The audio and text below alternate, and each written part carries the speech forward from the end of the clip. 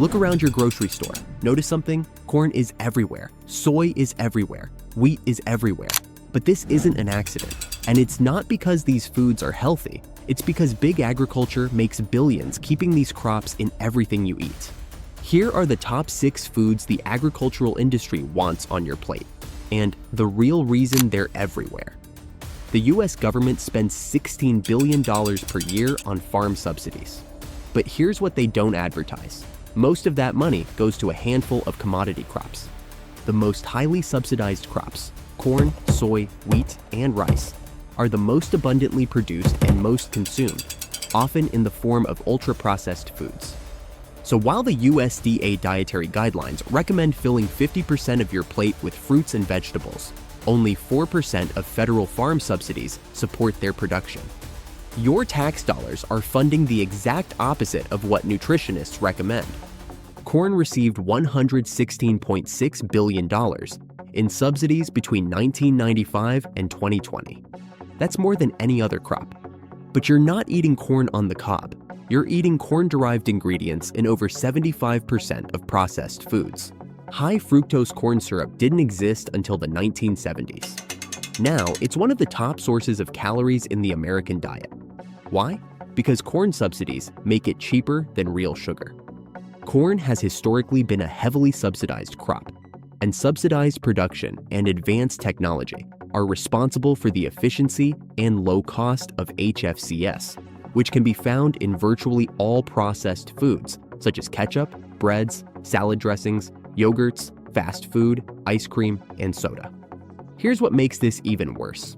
More than a quarter of 2019 farm spending either supported feed for livestock and poultry or went to the corporate-controlled industrial meat and poultry industries directly. So corn subsidies don't just put HFCS in your soda. They also subsidize factory farms that feed animals cheap corn instead of grass. Soy is one of the most highly subsidized crops alongside corn and wheat. But most soy isn't going into tofu or soy milk. 90% of US soy goes to livestock feed and industrial oils.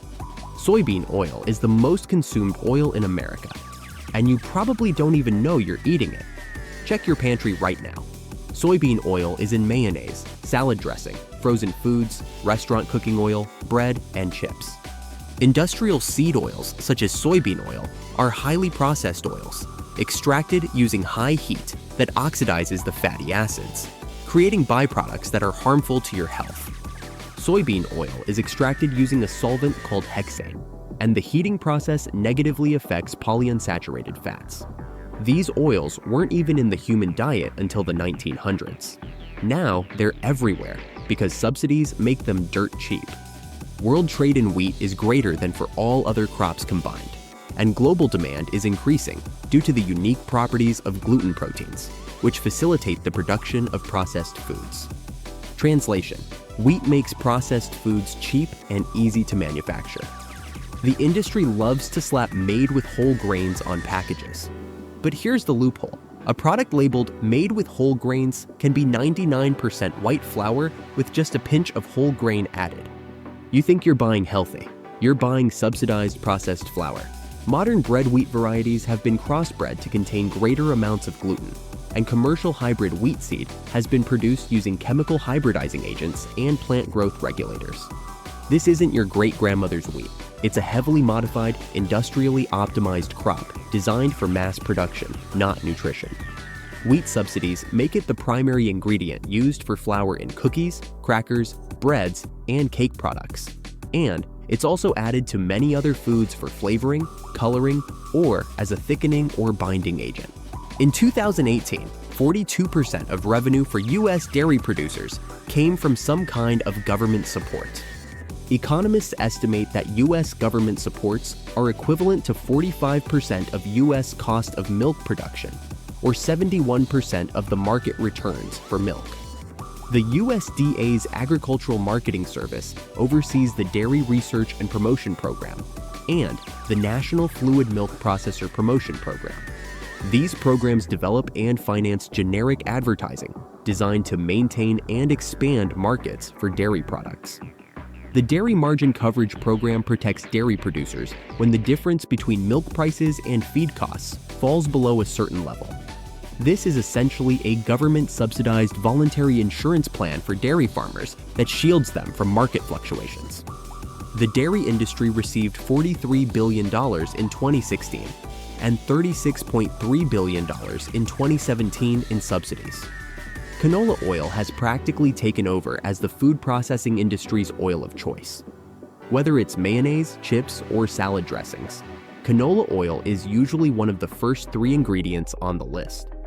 Most canola crops are genetically modified to improve oil quality and increase plant tolerance to herbicides. Over 90% of the canola crops grown in the United States are genetically modified. The seeds are heated to extremely high temperatures, then extracted using a solvent called hexane. This process oxidizes the fatty acids and creates byproducts that are harmful to health. So if there aren't health reasons to use it, why is it so widely used? The price. Canola oil is extremely inexpensive to grow and harvest. It's also very easy to grow due to its genetic modifications. Industrial seed oils are unstable and oxidize easily by heat, light, and air. Polyunsaturated fats are damaged and are often bottled already oxidized, creating free radical damage.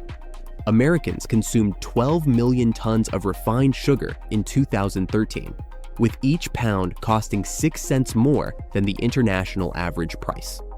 Americans paid $1.4 billion extra for sugar in 2013. Sugar is not directly subsidized substantially, but it is highly subsidized indirectly through various policies, including domestic production limits and import quotas, marketing assistance loans, and the sugar to ethanol program. These policies inflate U.S. sugar prices by 69% above the global sugar price and provide $1.2 billion worth of annual support to sugar growers and processors. Sugar protections function as an added $2.4 to $4 billion annual hidden tax on goods that American families purchase every day. The current program restricts sugar imports and enforces minimum prices for sugar in the domestic market to elevate prices artificially. The result is that American consumers pay double the world market price for sugar and products containing it. And despite this tariff, the average consumption of added sugars by American adults has increased by 30% since 1977. These 6 foods, corn, soy, wheat, dairy, canola oil, and sugar, dominate the American diet, not because they're healthy, but because government subsidies make them profitable. The most highly subsidized crops are consumed at rates well above recommendations, especially in highly processed foods. Meanwhile, fruits and vegetables receive relatively little subsidization, and Americans eat much less produce than recommended. You're paying twice, once in taxes for the subsidies, and again at the register for products made from these subsidized ingredients. And the biggest cost isn't financial, it's your health. Read ingredient labels. Avoid products where corn, soy, wheat, dairy, canola oil, or added sugars are the first 3 ingredients. Buy whole foods that don't need ingredient lists. Shop the perimeter of the grocery store where real food lives. Your food choices are your vote. Stop voting for subsidized processed foods.